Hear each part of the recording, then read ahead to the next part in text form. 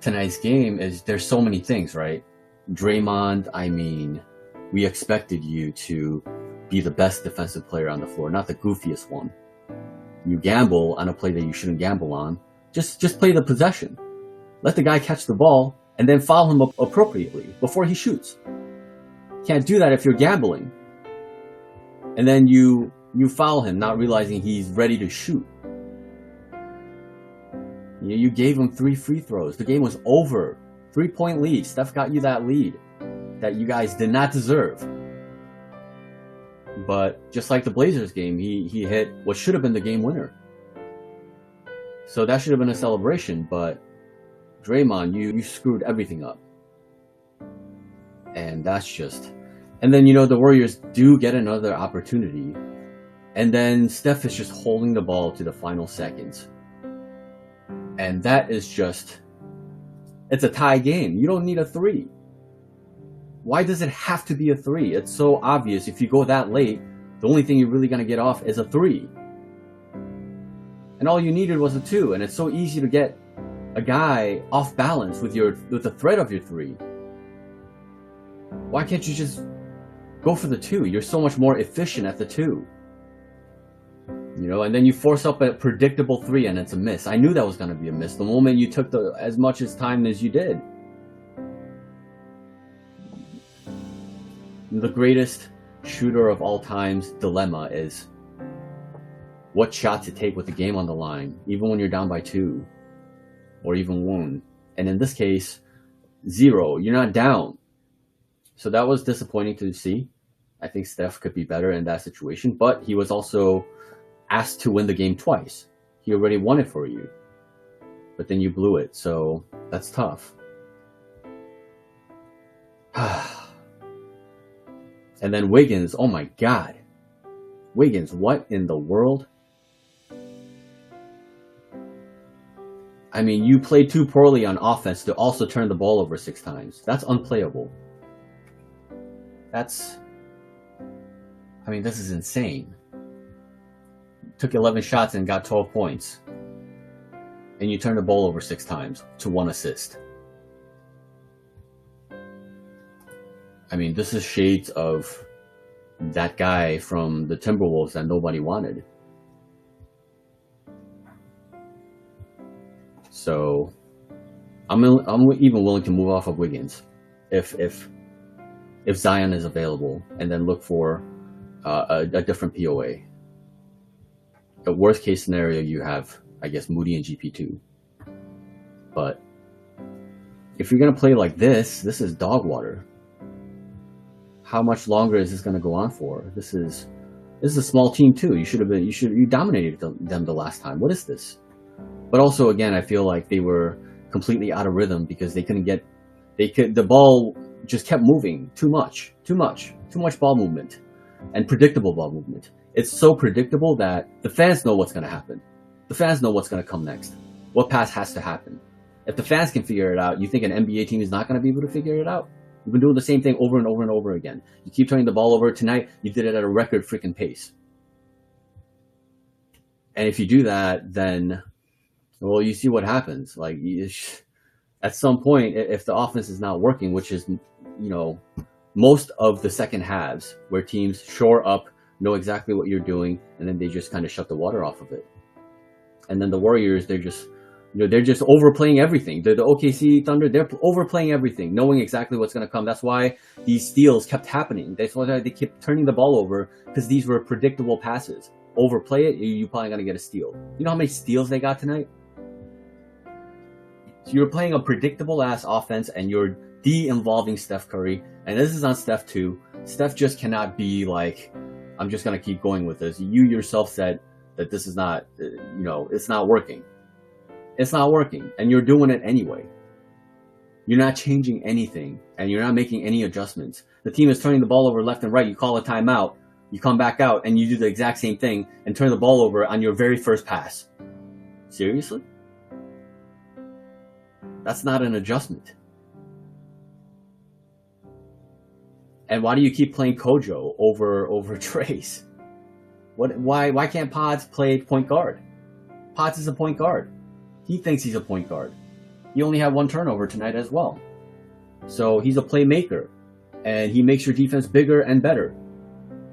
Why are you going small with Kojo? How does that benefit their defense, which is their biggest problem? They already have a problem with Kuminga and Saric combination that they refuse to stop playing. It's a huge problem.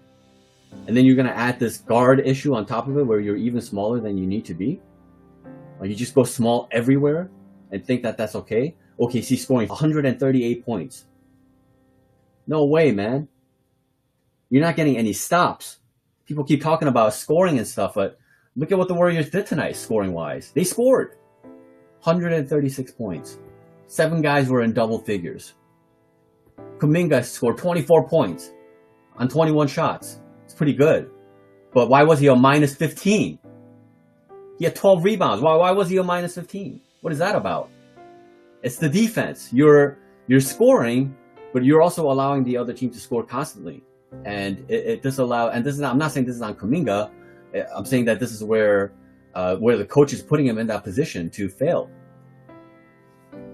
So how many mistakes is going on here right now? But I've been saying this since about Game 4, Game 5.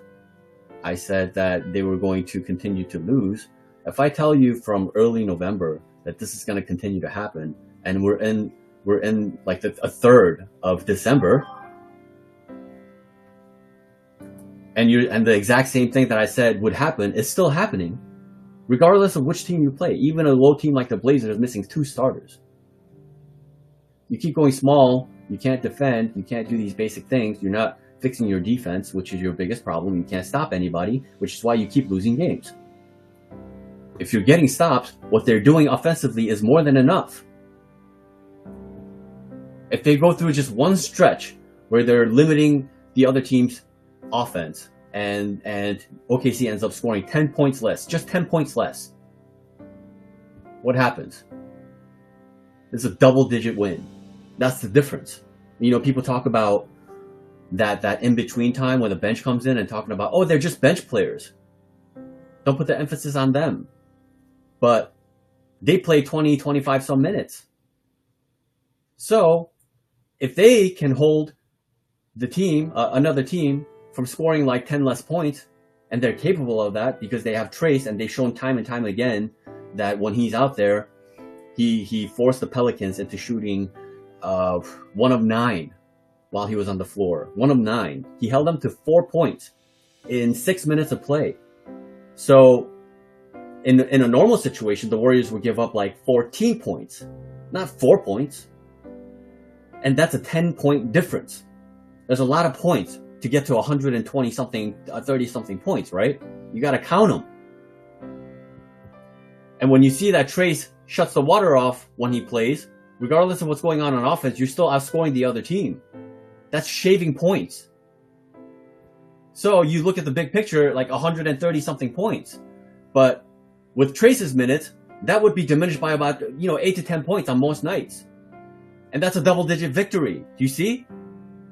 That's why even just 5 minutes of him, 7 minutes of him, it makes a huge difference for the Warriors. That's why even against the Timberwolves, who theoretically they should have gotten destroyed without Steph, Klay, and Draymond. But they held up. Why? Because Trayce gave them like 10 points extra in terms of just playing better defense on the other team. Just for that stretch. And it keeps the team connected. And then the end score is you have a better result because they played really good defense when he was on the floor. Because you got Trayce at the 5, you got Saric at the 4, which he's a big 4, and he rebounds, so he's a really good 4. And then you put Kuminga at the 3 where he belongs, and now the concern about his rebounding is nothing because you have 2 big guys constantly trying to rebound. So that changes their defense. That makes them better. That makes them bigger. That makes it harder for little guys to score because they're a bigger team, a longer team, all these things. So that's why playing Trayce is a crucial key to improving their defense, just for a segment of the game that keeps them connected, and then they can go on a run. Because when you put the momentum away from the other team for that stretch, that's a very powerful segment of the game. There's all different parts of the game, right? But every segment of minutes counts in its own way because that's what shapes the overall score. So yeah, and they're not considering these things, and they're just putting out 4-guard lineups that are small, weak defensively. You know they're going to get scored on. It's completely vulnerable. Steph trying to guard some, primary player like Kawhi, like that's a joke. It's a joke. That's a joke defense. It wouldn't happen if there were less switchable options on the floor. It would be harder to do that. They're really good at hard hedging and getting them out of. They use it all the time in the playoffs. But you need the right pieces where you can't be so easily exposed in so many different ways. All of these small lineups do that. So the scoring, again, they scored 136 points. So you want to point to offense and the secondary problem. To all respect to anybody who says that, I understand that you see that it is a problem. It is a problem, but it's a problem that could easily be resolved just by the virtue of better defense. So, yeah, having said that, as long as they continue to do the 3-guard lineups, 4-guard lineups, as long as they continue to do those things and put Sarge at the 5, these close games will never stop.